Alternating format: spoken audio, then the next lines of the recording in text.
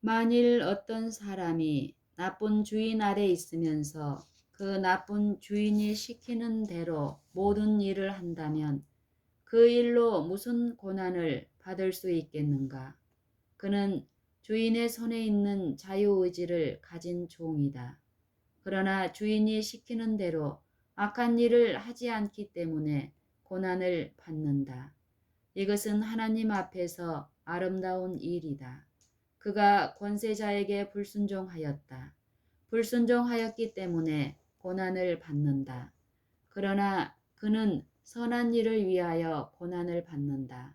만일 그가 그 악한 주인에게 순종한다면 하나님에게 불순종하는 것이다. 이것은 잘못된 일이다.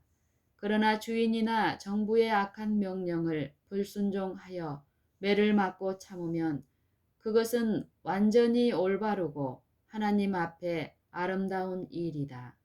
사람이 선한 일을 위하여 고난을 받는다는 사실은 바로 그가 하나님의 종으로 인정을 받는다는 것을 말해준다. 그러면 우리가 위에 있는 권세들에게 굴복하면서도 그들이 시키는 일에 정면으로 반대할 수 있는 것은 어떤 경우인가? 매를 맞지만 그들이 시키는 악한 일을 하지 않는 때이다. 우리는 그리스도인으로서 최고의 권세인 하나님, 오로지 하나님에게만 충성을 한다. 내가 권세를 두려워하지 아니하려느냐? 선을 행하라. 그리하면 그에게 칭찬을 받으리라. 로마서 13장 3절. 이사야 선지자도 이 같은 진리를 제시하면서 이렇게 말하였다. 이 백성이 맹약한 자가 있다 말하여도 너희는 그 모든 말을 따라 맹약한 자가 있다 하지 말며 만군의 여호와 그를 너희가 거룩하다 하고 그로 너희의 두려워하며 놀랄 자를 삼으라. 이사야 8장 12절 13절. 그리스도인들은 마음으로 여호와를 거룩하다 해야 한다. 그러면 그가 그들의 두려움이 될 것이며 사람들이 무슨 말을 한다 하더라도 그들은 두려워하지 않을 것이다. 베드로도 같은 진리를 제시하면서 이렇게 말했다.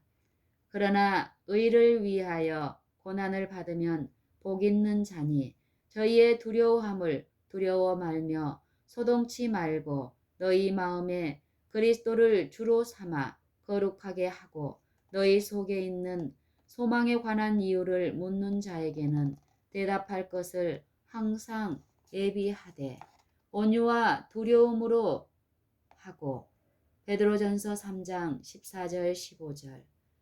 두려움을 두려워하지 말라. 왜 그러는가? 왜 그러는가? 우리가 마음으로 우리 주 하나님을 거룩하게 하였으며 그는 우리의 두려움이 되시기 때문이다. 하나님이 우리와 함께 계시고 그리스도가 우리와 함께 계심으로 사람들이 우리를 비난할 때에 그들은 우리의 구세주에게 비난을 던지는 것이다. 그가 고난을 받으시고 우리가 고난을 받지 않는다. 우리는 마음으로 우리의 주님을 거룩하게 하고 항상 우리 속에 있는 소망에 관한 이유를 대답할 준비가 되어 있어야 한다. 이 말씀과 인용한 성경 말씀을 연결시켜 볼 때에 우리 속에 있는 소망에 관하여 대답해야 할 특별한 시기는 선한 일을 위하여 권세자들 앞에 설 때인 것 같이 생각된다. 우리는 무슨 도움을 받을 것인가? 우리는 그때에 무슨 도움을 받는가? 그의 말씀을 우리의 마음에 받아들여서 우리의 마음으로 하나님을 거룩하게 하였으므로 무슨 말을 할까 하고 무슨 준비를 크게 할 필요가 없다. 하나님이 너희의 모든 대적이 능히 대항하거나 변박할 수 없는 구제와 지혜를 주실 것이다. 누가복음 21장 15절. 이런 특별한 진리를 가지고 있으며 이 진리 때문에 권세들로부터 고난을 받지 않으면 안 되는 우리 모두에게 가장 중요한 일은 하나님의 영과 그의 말씀에 의하여 우리의 마음으로 주 하나님을 거룩하게 하는 것이다. 우리는 하나님의 말씀의 학도들이 되고 그리스도와 그의 복음의 추종자들이 되어야 한다. 우리들 가운데 성경 말씀에 짝을 맞추어 설교를 할 수는 없지만 말씀을 충실히 연구하여 그들의 마음으로 주님을 거룩하게 하는 삶을 사는 농부들과 기술공들이 있을 수 있다. 이 사람들이 그들의 믿음 때문에 법정에 불려가서 거기서 그날 그들의 원수들이 변박하거나 대항할 수 없는 구제와 지혜를 하나님이 주실 것이기 때문에 변호할 때에 복음을 전할 것이다. 우리의 신앙을 두드러지게 하여 법정에까지 끌려가 핍박을 받을 필요가 없다고 말하는 사람들이 가끔 있다. 그러나 형제들이 이러한 정책을 따름으로 우리의 빛이 비쳐나가는 것을 다른 사람이 보지 못하게 한다면 무슨 유익이 있겠는가? 때때로 평화스러운 가운데 사업을 전진시킬 수 있도록 하기 위하여 핍박을 막으려고 부지런히 일하다가 사업을 등한히 하는 위험이 있다. 만일 우리가 국법을 불복하여 투옥된다면 아내와 자식들이 고생을 해야 될 것이므로 우리가 먼저 해야 할 일은 가족들을 부양하는 일이라고 말한다. 그러면 형제들이여 언제든지 이렇게 할 수 있는가? 우리는 하나님에게 충성심을 나타내야 할 것인가? 또는 그 충성심을 숨겨야 할 것인가? 어떤 사람은 이렇게 말한다. 우리는 신앙심을 지킬 수 있다. 그러나 조용히 지킬 수 있다. 우리의 가족들이 어려움을 당하지 않도록 해야 한다. 형제들이여, 사람이 온 천하를 얻고도 자신의 목숨을 잃으면 무슨 소용이 있는가? 주님은 나를 위하여 자기 목숨을 잃는 자는 얻으리라고 말씀하셨다. 다니엘의 경우를 다시 생각해 보자. 그는 조용히 신앙을 지키지 않고 공공연하게 기도하였다. 그때 다니엘이 그렇게 하는 것은 아주 지당한 일이지만 지금은 19세기로서 다르다라고 말할 사람이 있을지 모르지만 결코 그렇지 않다. 지금도 마찬가지이다. 사람들이 다니엘에게 이렇게 말했을지도 모른다. 다니엘, 지금 앉아있는 높은 자리에서 유대 백성들에게 좋은 일을 할 수 있다. 그들이 박해를 받지 않도록 당신이 막을 수도 있다. 그러므로 사자굴에 가서 목숨을 잃는다거나 유대 백성들에게도 재난을 당하지 않도록 할 수 있다. 그러나 다니엘은 사자굴에 들어갔다.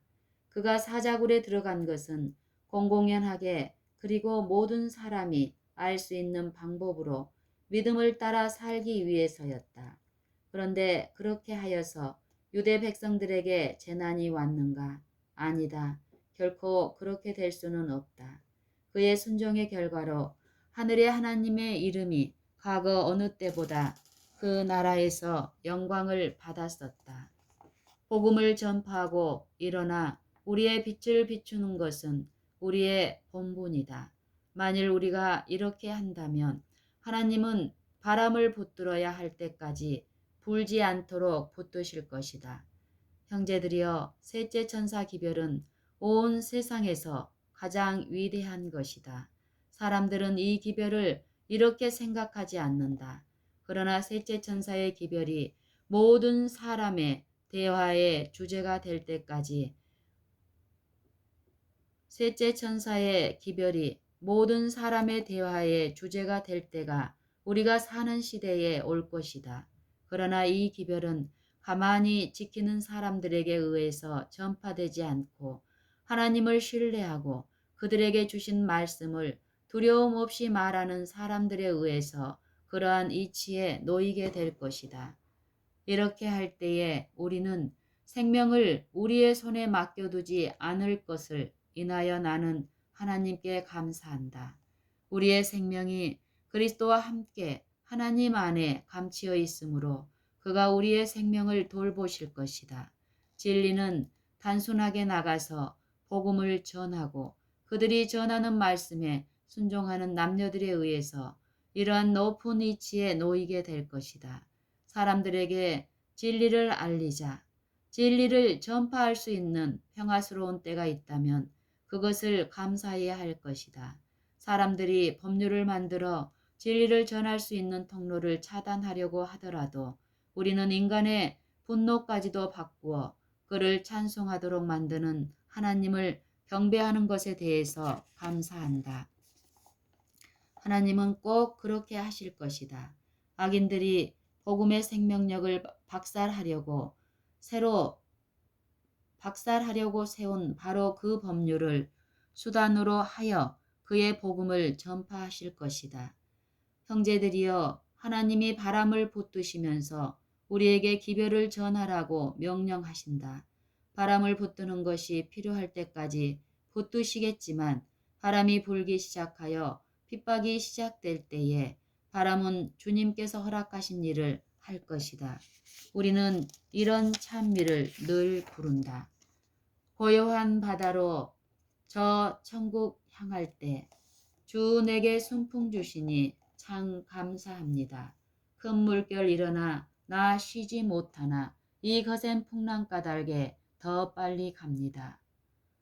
자주 이 찬미를 부르지만 믿지를 않는다. 폭풍이 오는 것을 볼 때에 그것을 오게 하는 것은 우리에게 매우 좋지 않다고 생각하므로 그것으로부터 숨거나 오지 못하게 막으려고 노력한다. 그러나 모든 일에 하나님의 뜻이 역사한다. 폭풍은 평온이 빨리 오는 것을 촉진하므로 안식이 지체하지 않고 올 것이다.